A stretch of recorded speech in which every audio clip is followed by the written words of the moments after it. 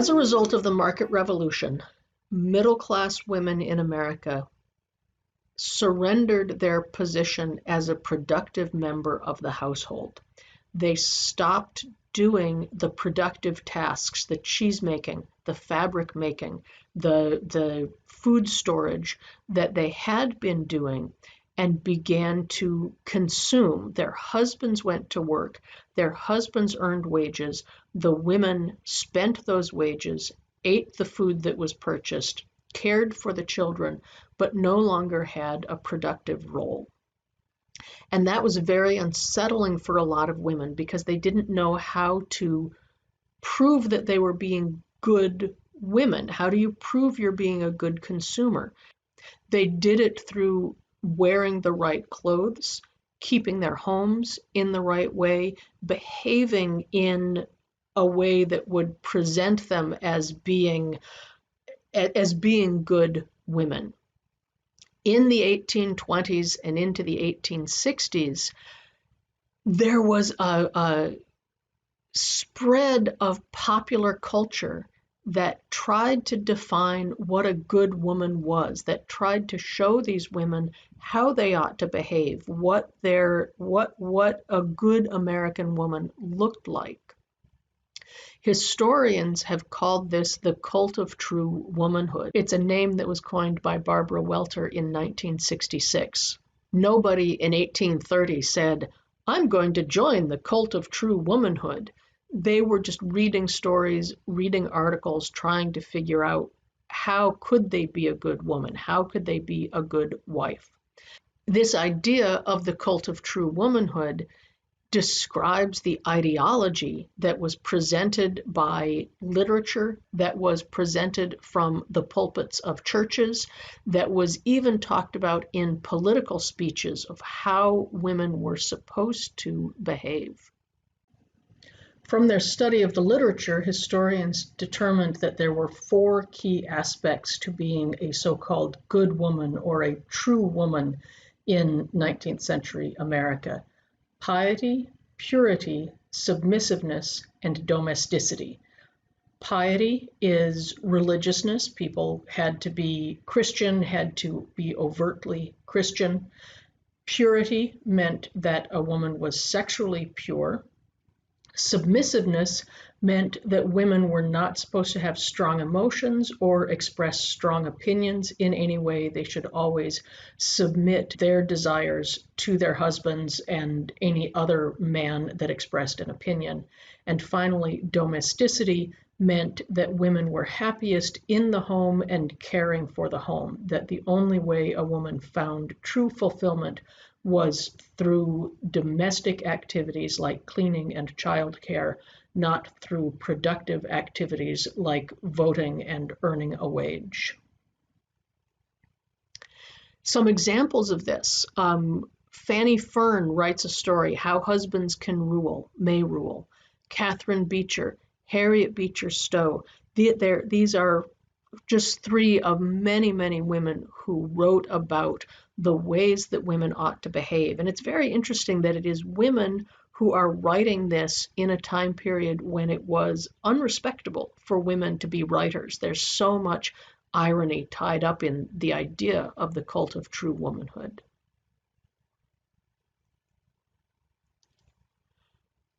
Rather than trying to tell you about a real person who lived by the cult of true womanhood, I'm going to read you an excerpt from Fanny Fern's story of How Husbands May Rule. How Husbands May Rule by Fanny Fern, 1853. "Dear Mary," said Harry to his little wife, "I have a favor to ask of you. You have a friend whom I dislike very much and who I'm quite sure will make trouble between us. Will you give up Mrs. May for my sake, Mary?" A slight shade of vexation crossed Mary's pretty face as she said, "You are unreasonable, Harry. She is ladylike, refined, intellectual, and fascinating, is she not?" "Yes, all of that. And for that very reason her influence over one so yielding and impulsive as yourself is more to be dreaded, if unfavorable. I'm quite in earnest, Mary. I could wish never to see you together again." "Well," said the little wife, turning away and patting her foot nervously, "I don't see how I can break with her, Harry, for a whim of yours. Besides, I've promised to go there this very evening." Harry made no reply, and in a few moments was on his way to his office. Harry was vexed, she was sure of that. He had gone off, for the first time since their marriage, without the affectionate good-bye that was usual with him even when they parted but for an hour or two. And so she wandered, restless and unhappy, into her little sleeping room. It was quite a little gem. There were statuettes and pictures and vases, all gifts from him either before or since their marriage. Each one had a history of its own, some tender association connected with Harry. Turn where she would, some proof of his devotion met her eye. But Mrs. May! She was so smart and satirical. She would make so much sport of her for being ruled so by Harry. Hadn't she told him all the men were tyrants? And this was Harry's first attempt to govern her. No, no, it wouldn't do for her to yield. Yes, she would go. She had quite made up her mind to that. Then she opened her jewel case. A little note fell at her feet. She knew the contents very well. It was from Harry, slipped slyly into her hand on her birthday with that pretty bracelet. It couldn't do any harm to read it again. It was very lover-like for a year-old husband, but she liked it. Dear Harry!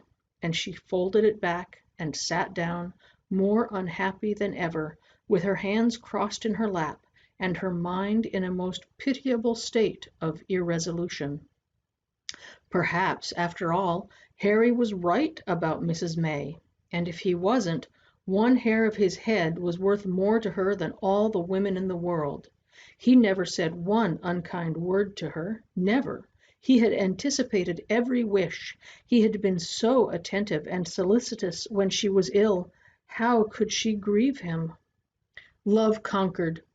The pretty robe was folded away, the jewels returned to their case, and with a light heart Mary sat down to await her husband's return. The lamps were not lit in the drawing-room when Harry came up the street. She had gone then, after all he had said. He passed slowly through the hall, entered the dark and deserted room, and threw himself on the sofa with a heavy sigh. He was not angry, but he was grieved and disappointed. The first doubt that creeps over the mind of the affection of one we love is so very painful. "Dear Harry," said a welcome voice at his side. "God bless you, Mary," said the happy husband. "You've saved me from a keen sorrow." Dear reader, won't you tell? There are some husbands worth all the sacrifices a loving heart can make.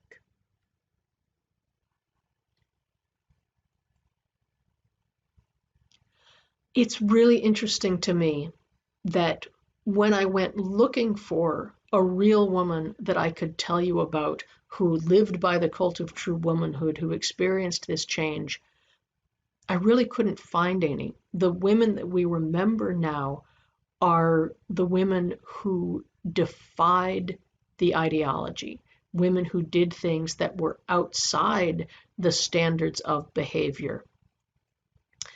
Women like Abby Kelly, who was an abolitionist and a temperance reformer, Dorothea Dix, who campaigned for institutional reform, Catherine Beecher, who wrote about how women ought to behave, Clara Barton, who worked in the patent office and managed to get the same wage as the male patent office clerks before she founded the American Red Cross. Harriet Beecher Stowe, Elizabeth Cady Stanton are reformers who went outside the public sphere, who campaigned for things that they believed in, violating everything about the cult of true womanhood. And they're the ones that historians remember. And that's an example I want you to take away, that the cult of true womanhood was an ideology. It was a set of beliefs about women that was no more accurate than the cover of Cosmopolitan magazine is today. So you read Cosmopolitan magazine, you say, here are some interesting tips I can take away, but you don't become it. If somebody lived by what Cosmo told them to do, they'd be a laughingstock. People wouldn't believe them as real human beings.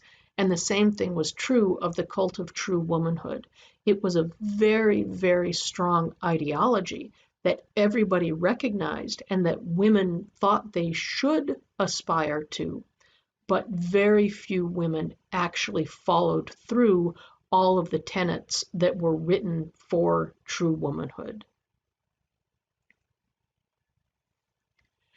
The ideology was used to protect women, and that's the most insidious thing about this ideology, is it defines the public sphere as inappropriate for women, that women are too fragile and too weak and too innocent to engage in rough and tumble politics, to actually work in the market economy. So true women don't go into those places. Those public places are too dirty for women.